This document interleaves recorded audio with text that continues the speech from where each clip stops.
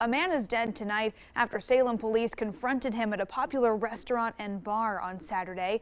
It happened at the Best Little Roadhouse at about 9:30 last night. Our Jennifer Dowling talked to witnesses. She joins us now with more details on the events leading up to this man's death. Jen?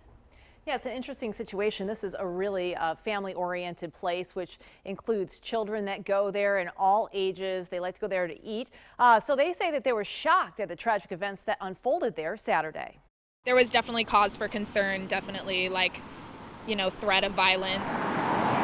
Erica Rossborough was working at the Best Little Roadhouse when the man who ended up losing his life walked into the restaurant and bar. He came in and was kind of already aggravated. Witnesses said he was yelling at people, so Erica says a manager tried to talk to him. He told my manager that he was gonna kill him. That manager called police. When they arrived, they tried to arrest him. And they were trying to hold him down, and he just kept trying to thrash and run away, and the tables had to be moved, and they were just pushing things and everything out of the way to try and get him to calm down. Erica says at some point he was tased. Tried to resist, and the cops ended up tasing him. She says he appeared to stop moving after that.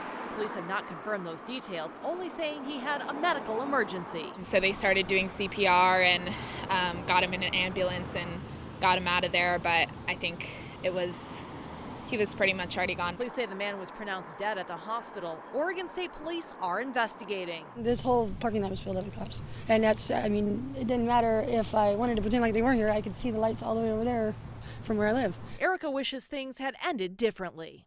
I just wish there was a hotline for, people who are trained to deal with mental illness, and maybe could have calmed down the situation instead of making everything just more tense. And it could have, had a different outcome maybe.